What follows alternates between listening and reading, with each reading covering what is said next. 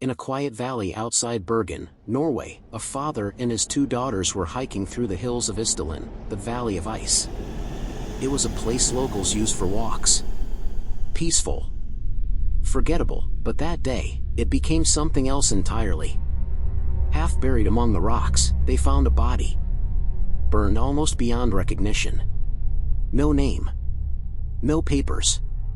No explanation. 50 years later, we still don't know who she was.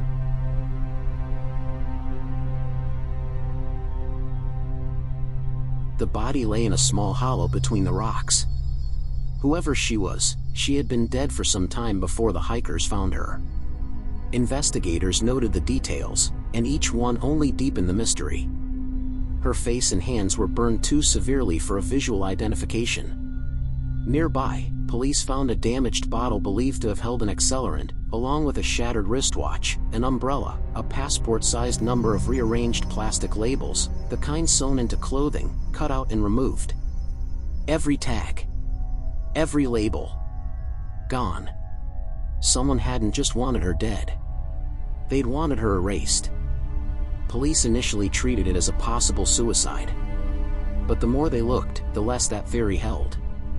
An autopsy revealed sedatives in her system, enough to make it unlikely she'd walked into that valley and set herself alight unassisted. There was also evidence of a struggle days earlier, bruising patterns inconsistent with an accident. Then came the search of a Bergen train station locker. Inside, a suitcase. Her suitcase, investigators believed. It contained clothing, a pair of glasses fitted with plain, non-prescription lenses, meant as a disguise, not correction, and cosmetics for altering her appearance. There was also a notebook, filled with coded entries, cities she'd apparently visited, written as a cipher investigators were never fully able to crack. She had used at least 9 known aliases. Hotel staff across Norway remembered her, a well-dressed woman, fluent in several languages, who paid for rooms in cash and rarely stayed anywhere long. Guests recalled she spoke with an accent none of them could quite place. So who is she? The most enduring theory is the one that gives the case its lasting grip on the public imagination, that she was a spy. 1970 sat deep in the Cold War. Bergen, at the time, sat near sensitive Norwegian and NATO military installations.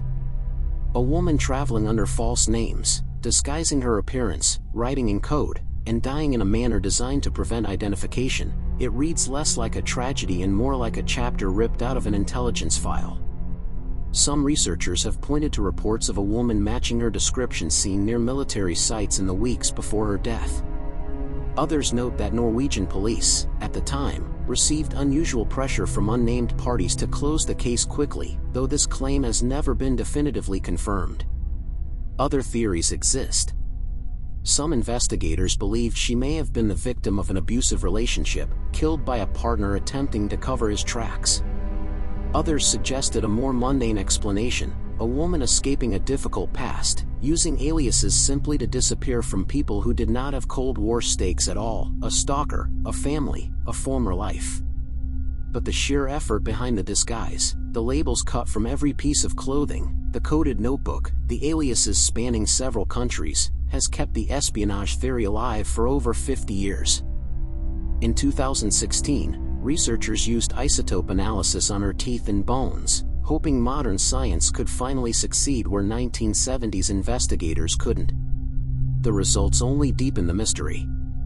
Her dental work suggested origins from continental Europe, possibly the Netherlands, Germany, or somewhere further east, inconsistent with the assumptions investigators had made decades earlier. Facial reconstruction attempts were made. Her image, a calm, composed woman with soft features, was released to the public in hopes someone, somewhere, would recognize her. No one ever has. Today, the Isdal Woman is buried in a Bergen cemetery under a simple marker. No name. Just a case number and a date. Every few years, new researchers reopen the file. New technology promises new answers. And every time, the case slips back into silence. Maybe she was a spy caught between two sides of a war fought in whispers. Maybe she was someone running from something far more personal. Maybe the truth is something no one has thought of yet. What we do know is this: someone, somewhere, once knew exactly who she was. They never came forward. If you know her name, she's still waiting.